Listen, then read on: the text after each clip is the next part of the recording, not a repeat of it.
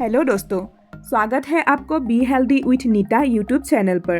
दोस्तों, national family health survey के अनुसार आज के टाइम में इंडिया के अंदर 41% सिजेरियन डिलीवरीज हो रहे हैं प्राइवेट सेक्टर में, जो कि डेटा 2014-15 का है। अभी 2024 में तो ये रेट और बढ़ गई होगी। ये एक बहुत बड़ा कंसर्न है महिलाओं के लिए, क्योंकि सी सेक्शन डिलीवरी के बाद बॉडी इतनी जल्दी रिकवरी नहीं होती है जितनी नॉर्मल डिलीवरी के बाद हो जाती है। तो महिलाओं के मन में एक चिंता का विषय है कि क्या अगर मेरी पहली डिलीवरी सिजेरियन हुई है तो दूसरी भी सिजेरियन ही होगी। लेकिन दोस्तों, ऐसा बिल्कुल भी नहीं है। ये एक भ्रम के अलावा कुछ भी नहीं है। इस वीडियो में हम जानेंगे कि किस तरह से फर्स्ट डिलीवरी अगर सिजेरियन है तो सेकेंड डिलीवरी हम नॉर्मल कर सकते हैं, इसमें क्या कॉम्प्लिकेशन आता है और क्या प्रॉब्लम हो सकती है और हम इससे कैसे बच सकते हैं। और लास्ट में आपको बताऊंगी कि हम खुद से किस तरह से अपने आप को प्रिपेयर कर सकते हैं कि हमारा सेकेंड डिलीवरी नॉर्मल हो। तो फ्रेंड्स, वीडियो को लास्ट तक जरूर देखना और साथ ही मेरे यूट्यूब चैनल को भी सब्सक्राइब कर देना। अब हम जानेंगे पहला डिलीवरी सिजेरियन के बाद में अगर नॉर्मल डिलीवरी होनी है तो क्या क्या पॉसिबल प्रॉब्लम्स आ सकती है। पहली प्रॉब्लम ये है कि दर्द ज़्यादा होता है। अब इसका भी दो कारण है। दर्द इसलिए भी ज्यादा होता है कि पहले डिलीवरी में तो बेबी को काट लगा के निकाला गया है, बॉडी ने तो दर्द का एक्सपीरियंस किया ही नहीं है, इसलिए दर्द का एहसास ज्यादा होता है। दूसरा कारण है कि बच्चेदानी में तो पहले ही टाके लग चुकी होती है, इसलिए हमें दर्द का एहसास ज्यादा होती है। दूसरी प्रॉब्लम है कि समय ज्यादा लगती है, क्योंकि पहले सिजेरियन डिलीवरी हुआ था, जिस वजह से बच्चेदानी का मुंह तो खुला ही नहीं था, ना ही कमर की हड्डी लचीली है। तो ये तो एक तरफ से पहला नॉर्मल डिलीवरी ही हुआ है, इसीलिए इसमें पहले डिलीवरी के जैसे ही समय ज्यादा लगता है। अगला है फेवरेबल कंडीशंस का ना होना। पहला सी सेक्शन है तो दूसरा नॉर्मल तभी पॉसिबल है जब सारी कंडीशंस फेवरेबल हो। उसमें पहला है हमें दर्द खुद उठे, दूसरी है बच्चे का सर नीचे हो, तीसरी है बच्चेदानी का मुंह खुद से खुल जाए।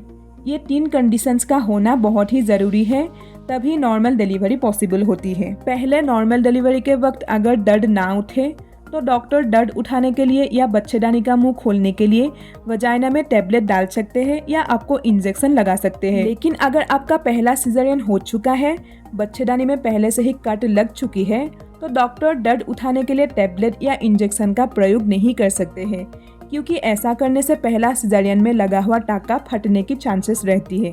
शायद यही एक बड़ा रीजन है जिस वजह से डॉक्टर रिस्क नहीं लेते हैं और ज़्यादा इंतज़ार नहीं करते हैं दर्द के लिए। अगली सबसे बड़ी प्रॉब्लम है ब्रीच बेबी का होना।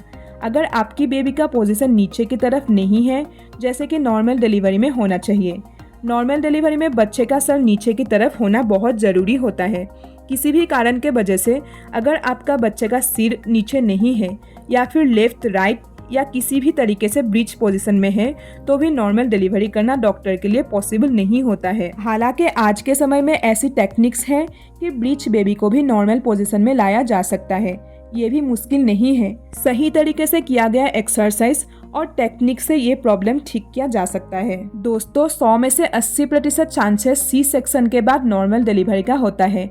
ये एक सच्चा फैक्ट्स है जिस पे आप विश्वास कर सकते हैं, लेकिन बस इसमें कंडीशन फेवरेबल होना जरूरी होता है, तभी डॉक्टर उस चीज को आगे बढ़ाते हैं। अब बात आती है कि हमें डॉक्टर और हॉस्पिटल का चुनाव कैसे करना चाहिए।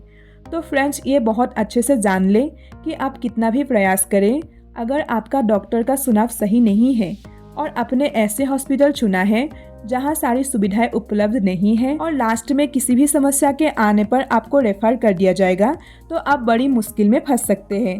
इसीलिए आप ऐसी डॉक्टर को चूज करें जो ये रिस्क ले सके और ऐसे हॉस्पिटल चूज करें जहां पर सारी सुविधाएं उपलब्ध हो, जहां कुछ भी प्रॉब्लम होने से वहीं पे आप सारी प्रॉब्लम्स डील कर सकें।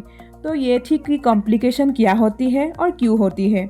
अब हम बात करेंगे पहले अगर हमारा डिलीवरी सिजेरियन हुआ है तो दूसरी नॉर्मल करने के लिए हम खुद से कैसे प्रिपेयर कर सकते हैं। ये काफ़ी हद तक हमारे हाथ में होता है। इसके लिए हमें 4 बातों को बहुत अच्छे से ध्यान रखना पड़ेगा। सबसे पहली बात कि हमें कम से कम पहले सी सेक्शन के बाद 2 साल का गैप्स रखना होगा अगले बच्चे के लिए। दूसरी बात कि हमें अपने शरीर के लचीलेपन को बनाए रखना होगा, जैसे कि कुछ एक्सरसाइज से किसी भी तरह से हमारे बॉडी में फ्लेक्सिबिलिटी होनी चाहिए। जैसे कि कुछ महिलाओं के सी सेक्शन डिलीवरी के बाद पेट बहुत ज़्यादा बढ़ जाते हैं, ऐसा नहीं होना चाहिए। तीसरी चीज़ है वेट का कम होना। आपके बॉडी के लेंथ के अकॉर्डिंग आपका वेट बहुत स्टैंडर्ड लेवल पे होना चाहिए, ज़्यादा बिल्कुल भी नहीं होना चाहिए। बॉडी में कहीं भी एक्स्ट्रा चर्बी इकट्ठा नहीं होना चाहिए। लास्ट बात यह है कि अगर आपको डायबिटीज़ है या थायराइड है या किसी भी तरह का हेल्थ इश्यूज़ है तो उसको एकदम मैनेज करके रखिए। अगर आप इन सारे चीज़ों को फॉलो करते हैं तो बहुत हद तक चांसेस बढ़ जाते हैं कि आपकी दूसरी डिलीवरी नॉर्मल ही होगी। तो दोस्तों आज के वीडियो में बस इतना ही। बने रहिए be healthy with Neeta YouTube channel के साथ। फिर मिलेंगे अगले वीडियो में। आपको ये वीडियो कैसा लगा कमेंट करके हमें ज़रूर बताइएगा।